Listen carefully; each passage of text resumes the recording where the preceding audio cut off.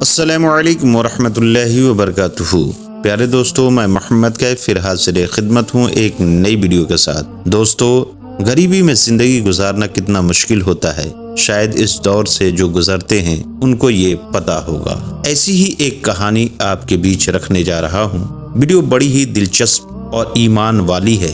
امید کرتا ہوں کہ آپ اس ویڈیو کو آخر تک ضرور دیکھیں گے اور اپنے دوستوں کے ساتھ شیئر ضرور کریں گے، اور ویڈیو پسند آئے تو چینل کو سبسکرائب ضرور کر لیجئے گا۔ پیارے دوستو، ایک گاؤں میں ایک عبدالرحیم نام کا غریب اور نیک دل انسان رہتا تھا۔ اس کی 3 بیٹیاں تھیں، فاطمہ، عائشہ اور زبیدہ۔ وہ بہت محنت کرتا تھا، مگر پھر بھی 2 وقت کی روٹی جٹانے میں مشکل ہوتی تھی۔ اس کی پتنی کا انتقال کئی سال پہلے ہو چکا تھا اور وہ اکیلے ہی اپنی بیٹیوں کی پرورش کر رہا تھا۔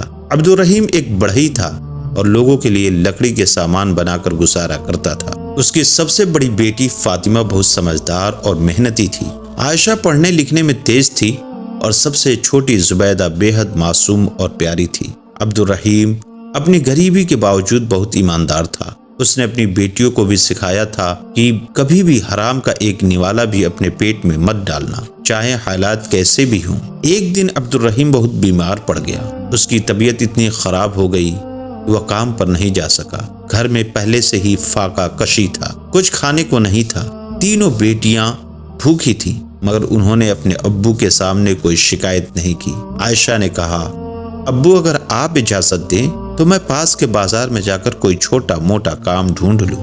عبدالرحیم نے مسکرا کر کہا، بیٹا، محنت کرنا اللہ کو بہت پسند ہے، مگر ہمیشہ یاد رکھنا ایمانداری سے کمایا ہوا ہی اصلی روزی ہوتی ہے۔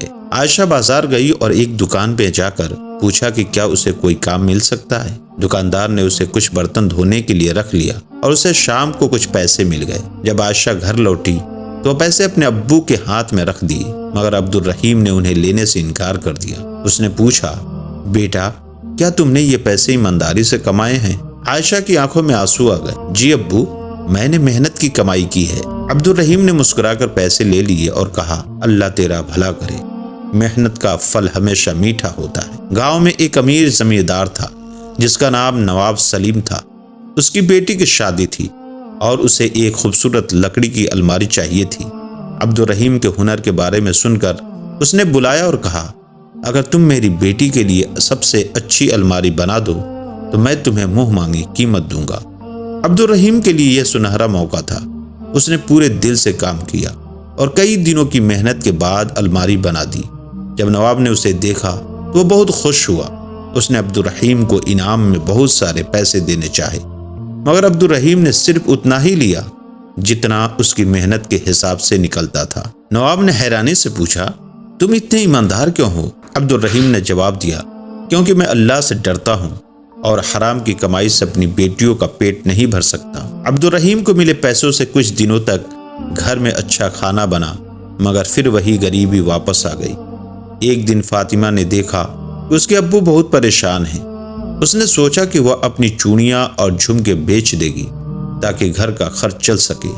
اس نے اپنے گہنے بیچے اور اس سے ملے پیسوں سے آٹا، چاول اور دوائی خریدی۔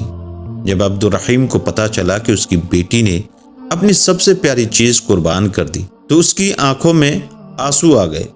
اس نے اپنی بیٹی کو گلے لگایا اور کہا، بیٹا، تم نے میرے دل کو خوشی سے بھر دیا، اللہ تمہیں اس کے بدلے بہترین انعام دے گا۔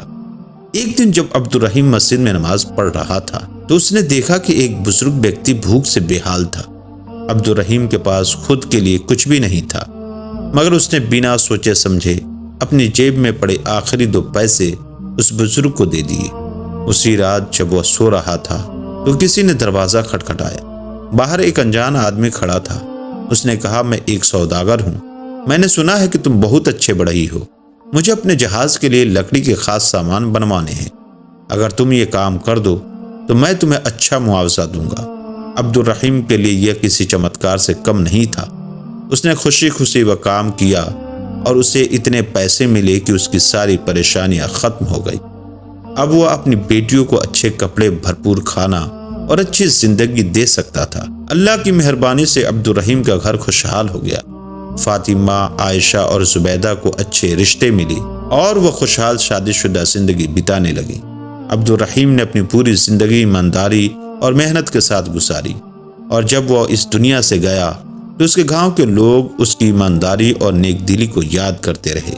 یہ کہانی ہمیں سکھاتی ہے کہ چاہے کتنی بھی مشکلیں آئیں، اگر ہم صبر اور ایمانداری کا دامن نہیں چھوڑتے تو اللہ ہمیں کبھی بے سہارا نہیں چھوڑتا۔